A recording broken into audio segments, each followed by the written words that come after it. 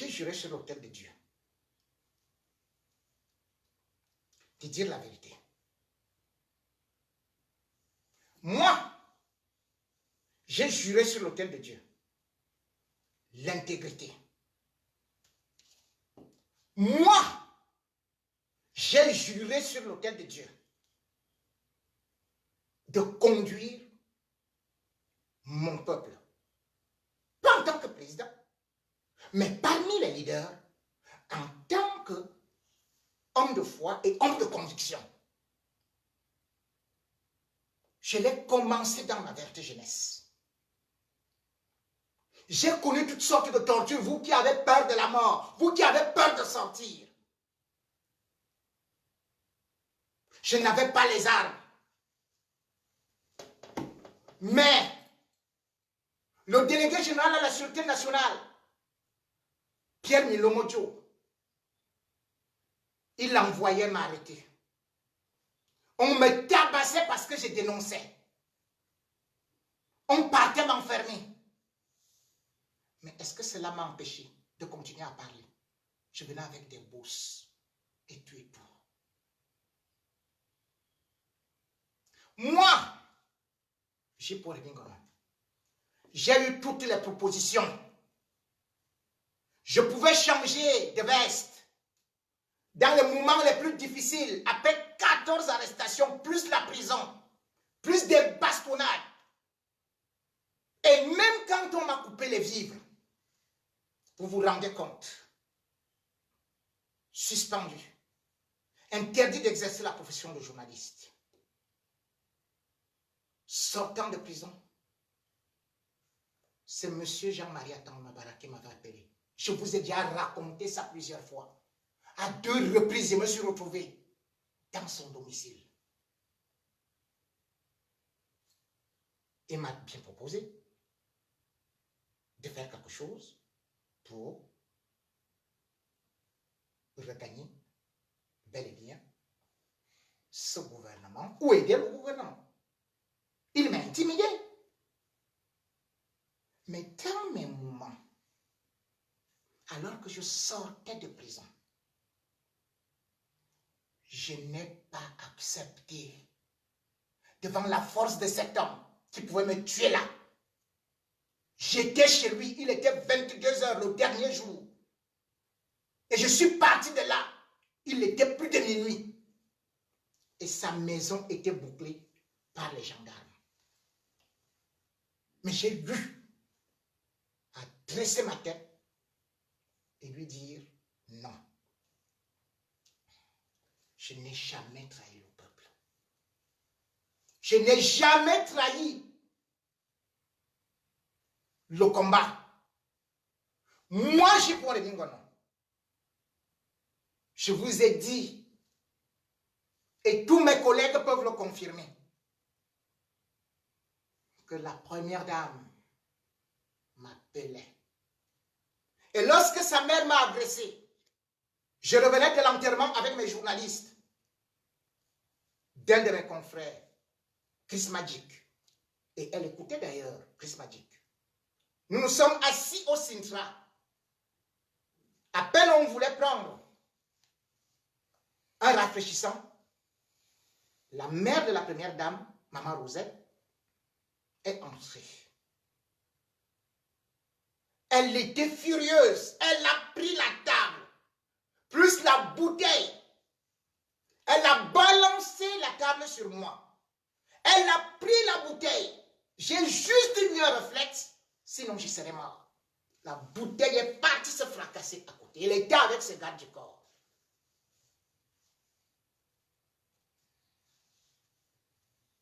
Les autres m'ont arrêté pour me gifler, pour m'humilier à cet endroit. Je suis rentré chez moi. Chantal lui m'a appelé. Elle m'a dit, mon frère, ce qui t'est arrivé, vraiment, je te présente mes excuses par rapport à ma mère. Et j'ai beaucoup apprécié. Rien que ce geste a fait que je garde d'elle ce côté. Et je vous fais comprendre qu'elle envoyait un de ses frères, parfois me voir. Mais qu'est-ce que j'ai dit? Et il était commissaire, mais toujours en civil.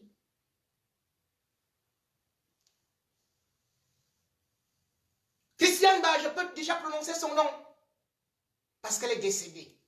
M'a dit, Jipouan, prends de l'argent. Pense à ta famille. Qu'est-ce que les autres là vont te donner? J'ai dit à Christiane Ba,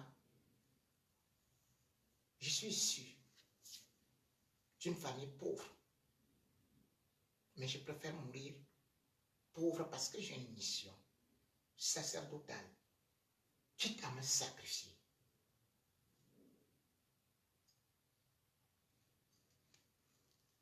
Je n'ai jamais accepté. Je vous ai dit que Famandongo m'a fait venir au ministère de la Communication.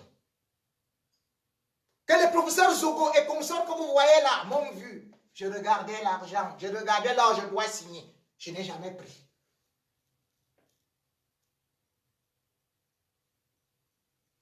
Moi, j'ai pour les Mingono. Je suis arrivé ici. Avant cela, j'ai souffert au Cameroun. On m'a tout coupé. J'ai créé un journal. Lorsqu'on m'a dit je ne peux plus faire de la radio. Ce journal, c'était coup franc. Famandongo a demandé qu'on le saisisse. J'ai créé un deuxième journal, Starmaniac. Le ministre de l'administration territoriale a demandé qu'on aille chercher tous les exemplaires et qu'on brûle. Que ce n'est pas autorisé, alors que la loi ne demandait plus les autorisations. Et j'avais d'ailleurs envoyé, comme l'exigeait la loi, juste cette déclaration qu'il fallait faire. J'ai sorti des cassettes intitulées « Les coups francs de la langue pendue ». Le gouvernement camerounais a commencé à les saisir. Et c'était le dernier argent qui me restait. J'étais mort. Je n'avais plus un centime. Ils m'ont coupé l'eau. Ils m'ont coupé l'électricité. Je n'avais plus rien. Mes enfants étaient menacés d'être expulsés parce qu'aucun de mes enfants n'a jamais fait un lycée au Cameroun. Mais c'était des établissements privés que je devais payer. Au moment où j'étais totalement fini et qui savaient qu'ils me tiennent, ils m'ont invité. Je suis allé au ministère des Travaux publics. On m'a dit, on te donne des marchés. Tu te tais et on te finance. En pleine nuit, je n'ai pas signé. Je n'ai pas pris.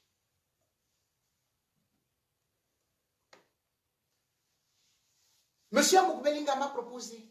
Je vous ai toujours dit, je ne peux jamais. D'ailleurs, je ne le déteste même pas. Je suis en désaccord avec lui par rapport à sa ligne éditoriale. Il a voulu me recruter. Il m'a proposé un très bon salaire. Il a voulu doubler, tripler, tout machin et tout. Pour que je quitte Siampo. D'autres m'ont proposé, le gouvernement, de porter plainte à Siampo pour le casser. J'ai dit, c'est mon père. Parce que je l'ai connu au moment où moi j'étais déjà au poste national et il a vu mes talents. Contrairement à ce qu'on vous dit. Donc, sur mon intégrité, au Cameroun, dans mes pires difficultés, je ne prenais pas un centime. 3 personnes étaient venues me voir et à qui j'ai dit merci. J'ai dit merci à Longuet Longuet. Quel que soit ce qu'on dit sur lui, c'est quelqu'un qui a un cœur. J'étais chez moi. Un jour, Longuet est venu. Il m'a dit, j'ai quoi? C'est comment? J'ai cherché ta maison.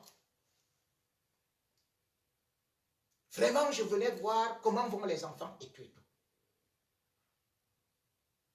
Partant de là, il m'avait laissé 10 000 francs. Vous m'entendez? 10 000 francs CFA pour quelqu'un qui avait un salaire de ministre. Les 10 000 francs là représentaient pour moi 1 million. Merci Longuet. Je n'oublierai jamais ça. Je n'oublierai jamais que Chantal Aïssi était en France. Elle a dit, allez donner cette petite enveloppe à J-Point. Chantal Aïssi, on peut dire tout ce qu'on veut. Mais cette générosité, avec Sam Bendé, dont je vous parlais, qui dans mes moments les plus difficiles est venu. Et pour mieux me traumatiser, ils m'ont envoyé des braqueurs. Chez moi, ils sont arrivés. J'étais avec l'un de mes journalistes, Dieudonné Ngassam. Ils m'ont fait coucher à plat ventre avec mon épouse et les enfants. Mon père était là. Ils l'ont enfermé dans la chambre. Après m'avoir menacé avec des armes, les armes pointaient sur moi. Finalement, un à qui j'ai parlé, que vous qui voulez me tuer, vous me détestez, pourquoi? Toutes les émissions que je faisais, c'était pour vous. Leurs enfants sont en Europe, sont en Amérique. Moi, je me bats pour les pauvres. Moi-même issu d'un père pauvre, d'une mère pauvre. Et vous voulez m'abattre? Quand vous allez m'abattre, ils vont aussi vous abattre. Le plus costaud, après celui qui était déjà prêt à dégainer, il lui a dit, les femmes, qu'on laisse. On est parti avec moi dans la chambre. On m'a enfermé en me disant de ne pas parler. Et surtout, de ne pas évoquer le cas que j'ai été agressé. Sinon, il devrait revenir.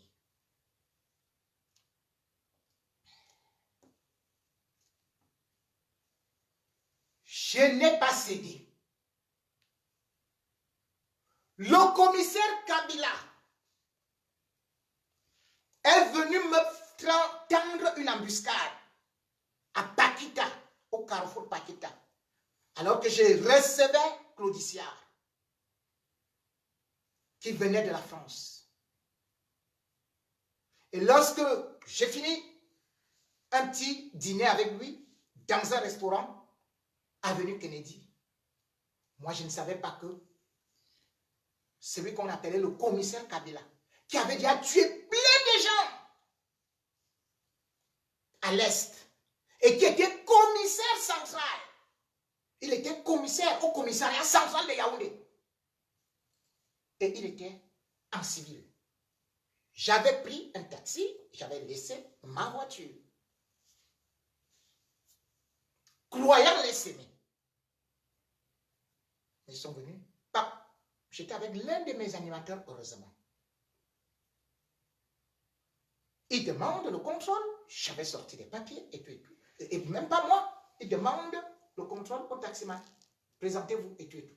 Je vois que ça dure. Moi, je veux sortir. J'avais déjà payé le taximan. Je voulais partir. Ils me disent non, vous restez là. J'ai voulu partir. Ces gens m'ont attrapé. Ils m'ont plaqué. J'ai crié parce que j'ai vu qu'il y avait deux derrière la voiture. Une 504 noire.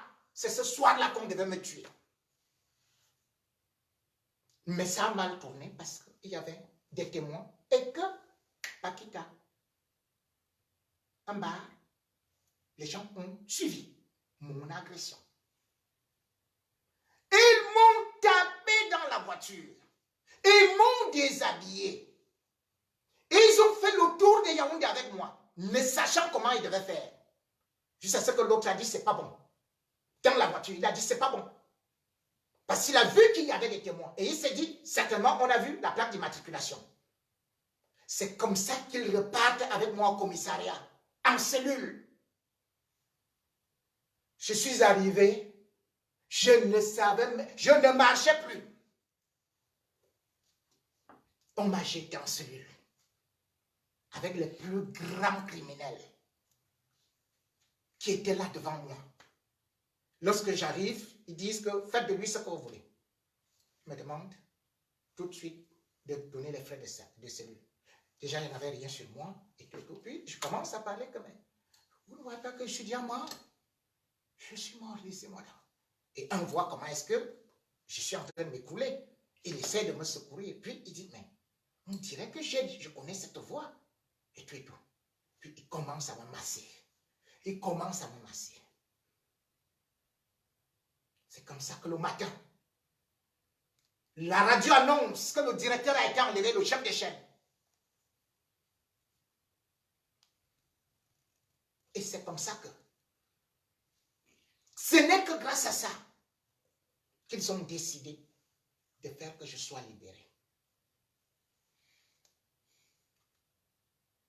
En Colmessin, ils m'ont pris à l'Omnisport pour aller avec moi à la gendarmerie de Colmessin. Ils m'ont déshabillé. Je n'ai pas cédé. Ils m'ont tabassé. Mais je revenais, je faisais la même chose. Parce que je n'ai jamais abandonné le combat. Pour aller en prison, ils m'ont pris avec mon fils aîné. On arrive au 7. On m'a déshabillé. Mon fils ne m'avait jamais vu nu. J'étais nu devant lui. Il a commencé à pleurer. Il est rentré seul. On m'a fait aller dormir dans une cellule au fin fond du CED. Là, il y a de l'eau. J'ai reconnu un de mes amis qui était chef au CED. Dès qu'il m'a vu, il a porté ses habits. Il m'a dit, bon, en tout cas, ce n'est pas mon dossier. Et on m'a signifié que j'étais sous mandat d'arrêt.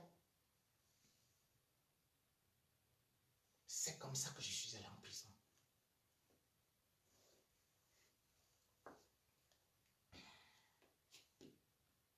Je suis venu en France après avoir eu à me réfugier au commissariat de la Grande-Bretagne, après avoir eu à aller squatter chez Maître Akerimuna, qui, lorsqu'il a vu qu'on allait véritablement me tuer, a dit, petit frère, c'est lui qui est venu me voir en prison. Et c'est pour ça que d'ailleurs, vous avez toujours vu que je manifeste mon amitié envers ce grand homme qui a un élan de cœur et surtout qui a une probité morale, qui lutte contre la corruption. Et même à la campagne présidentielle, j'étais à fond derrière lui, jusqu'à ce qu'il vienne me dire, je désiste au profit de Maurice Kamto. Moi, dans ma fidélité, et voyant les idées de Maurice Kamto, j'en suis devenu fidèle.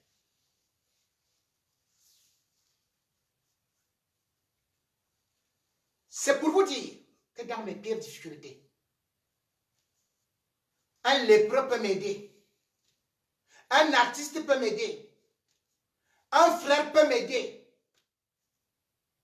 un sympathisant peut m'aider, mais je n'accepterai jamais que le gouvernement camerounais m'aide. Je n'accepterai jamais me compromettre